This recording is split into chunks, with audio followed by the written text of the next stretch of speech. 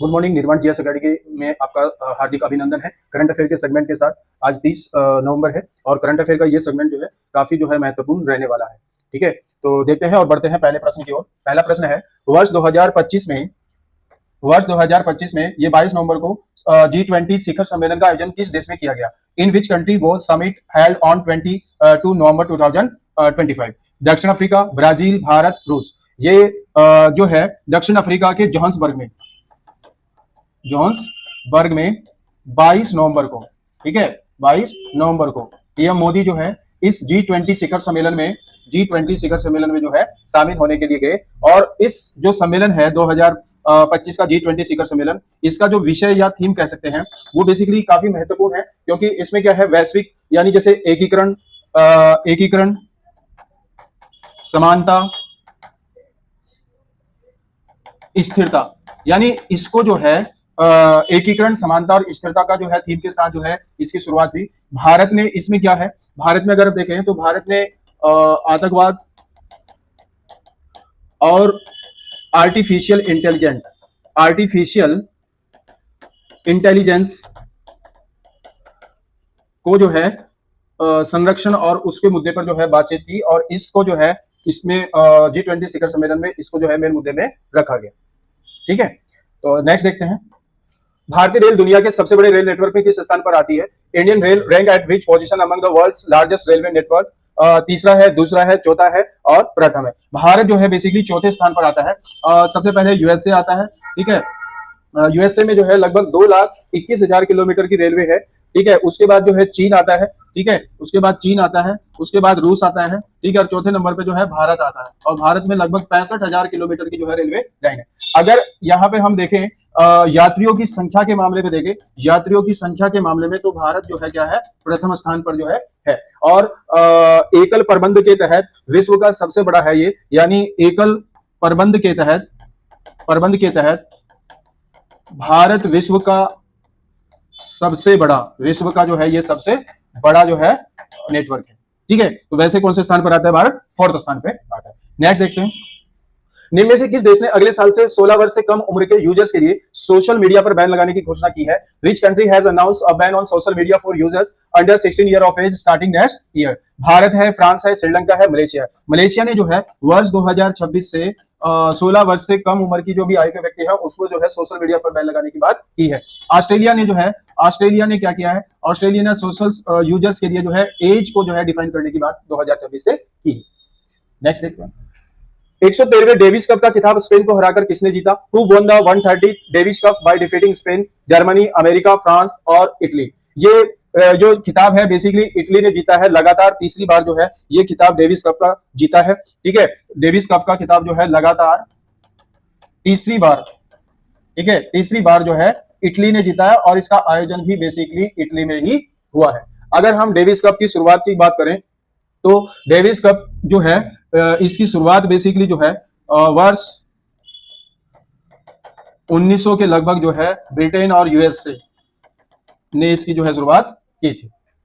Next, मुख्य रूप से किस राज्य में लचित उत्सव जो है मनाया जाता है? In which state is Lachit festival mainly celebrated? Assam, Manipur, Rajasthan, Sikkim. ये जो उत्सव है एक महान अहोम जनरल है लचित बोरफुकन।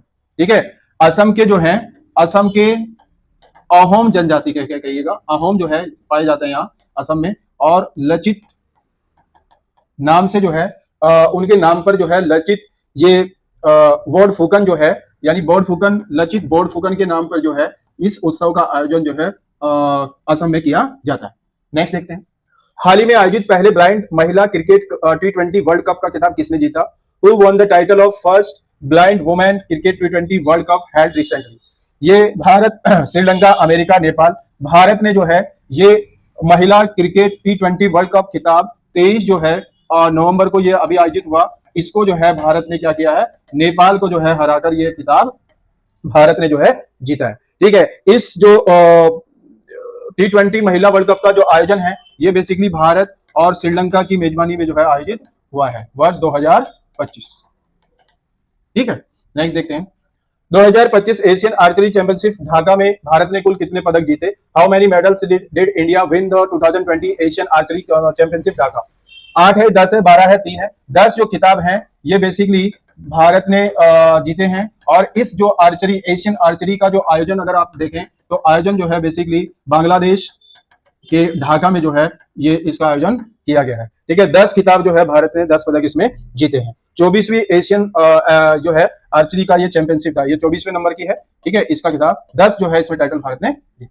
नेक्स्ट देखते हैं, भारत ने 2026 के लिए अमेरिका से लगभग कितनी मात्रा में एलपीजी आयात करने का समझौता किया है? How much LPG gas has India agreed to import from USA 2026? 1.5 million ton है, 4.5 मिलियन टन है, 2.2 मिलियन टन है, या 3.3 या 3.0 मिलियन टन है। इसमें जो है भारत 2.2 ये मिलियन टन जो है एलपीजी का जो है आयात करेगा 2026 से।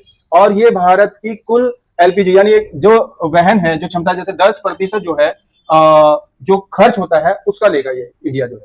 ठीक है, यानी कुल वार्षिक एलपीजी का जो कुल वार्षिक एलपीजी है, कुल वार्षिक एलपीजी का भारत जो है वो 10% जो है क्या करेगा, आयात करेगा अमेरिका से। तो ये 2.2 मिलियन टन का जो है अमेरिका के साथ जो है समझौता किया है। एलपीजी लिक्विड पेट्रोलियम गैस है और ये ब्यूटेन और प्रोपेन का जो है क्या होता है, ब्यूटेन और प्रोपेन उसका जो है मिश्रण होता है इसमें। ठीक है, एथिल मर्केप्टेन जो है इसमें मिलाया जाता है इसकी गंध के लिए। नेक्स्ट देखते हैं, 2025-26 की रिपोर्ट के अनुसार विश्व में टीन उत्पादन में कौन सा देश प्रथम स्थान पे है?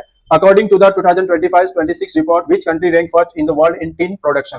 ठीक है, भारत है, इंडोनेशिया है, चीन है, मलेशिया है। चाइना जो है इसमें विश्व में जो है प्रथम स्थान पर है। ठीक है, भारत का छत्तीसगढ़ जो है, छत्तीसगढ़ में जो है टीन उत्पादन में नंबर 1 है। और इंडोनेशिया जो है दूसरे नंबर पे रहता है, मलेशिया जो है तीसरे नंबर पे रहता है। तो चाइना जो है टीन उत्पादन में जो है प्रथम स्थान पर है। नेक्स्ट देखते हैं, विश्व में कपास उत्पादन में भारत का कौन सा स्थान है? What is India rank in cotton production world? प्रथम है, द्वितीय है, तीसरा है और चौथा है। तो दूसरा स्थान है भारत का। ठीक है, भारत जो है सेकंड नंबर पर है। ठीक है, प्रथम स्थान पर जो है चीन का आता है उत्पादन में कपास के। ठीक है, अगर क्षेत्रफल की बात करें तो भारत जो है क्षेत्रफल में ज्यादा है। नेक्स्ट, तो ये करंट अफेयर का सेगमेंट था। उसके बाद जो नेक्स्ट सेगमेंट है हमारा, वो आज हमारा जो सेगमेंट है इसमें विश्व की स्थानांतरण कृषि है। और विश्व की स्थानांतरण कृषि जो है इससे हमेशा एग्जाम में एक प्रश्न जो है पूछा जाता है, तो एग्जाम की दृष्टि से ये काफी इंपॉर्टेंट है। ये कुछ जो है जैसे अलग अलग देशों में उसको अलग अलग नाम से जाना जाता है। रे जो स्थानांतरण कृषि है, वियतनाम और लाओस में जो है इसको रे कहते हैं। रे किसमें कहते हैं स्थानांतरण कृषि को? रे का ये प्रकार है, तो ये वियतनाम और लाओस में जो है इसको कहते हैं। मसोले जो है ये कांगो और जायरे, ये कांगो जायरे में जो है मसोले कहते हैं। ठीक है, और लोगन जो है ये पश्चिम अफ्रीका का एक जो है कृषि स्थानांतरित प्रकार है। रोका काफी इंपॉर्टेंट है, ये ब्राजील में जो है नाम जो है रोका रखा गया उसका। कैगिन जो है ये फिलीपींस में आता है। ठीक है, टुंगिया जो विश्व कृषि है, कृषि का प्रकार है इसमें टुंगिया, ये म्यांमार की है। चेन्ना काफी इंपॉर्टेंट है, एग्जाम में पूछा जाता है, ये श्रीलंका का है।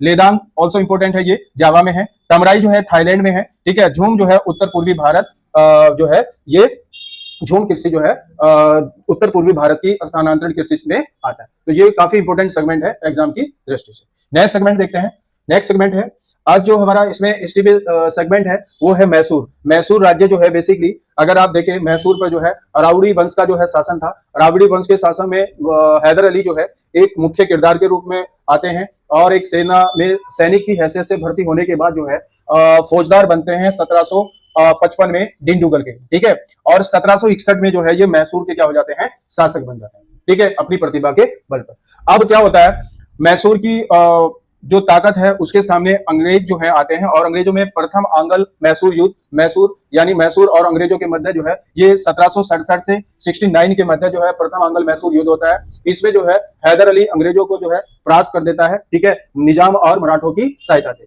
और इस युद्ध की समाप्ति जो है मद्रास की संधि 1729 के द्वारा जो है 1769 के द्वारा जो है प्रथम आंग्ल मैसूर युद्ध की समाप्ति हो जाती है। सेकंड है दूसरा आंग्ल मैसूर युद्ध, काफी इंपॉर्टेंट है। 1780 से 84 के बीच लड़ा जाता है, पर बीच में 1782 में जो है हैदर अली की मृत्यु हो जाती है। और 1782 के बाद 1784 तक इस युद्ध को जो है टीपू सुल्तान जो है जारी रखता है। ठीक है, और इस युद्ध की समाप्ति मैंगलोर की संधि होती है 1784 में। ठीक है, और दूसरा आंग्ल मैसूर जो है टीपू सुल्तान जो है एक किस्म से हार जाते हैं। ठीक है, और इसमें अंग्रेजों ने अपने जो सहायक हैं निजाम और मराठों को जो है कुछ भाग दे दिया जाता है। ठीक है, तीसरा आंग्ल मैसूर युद्ध 1790 से 92 के बीच।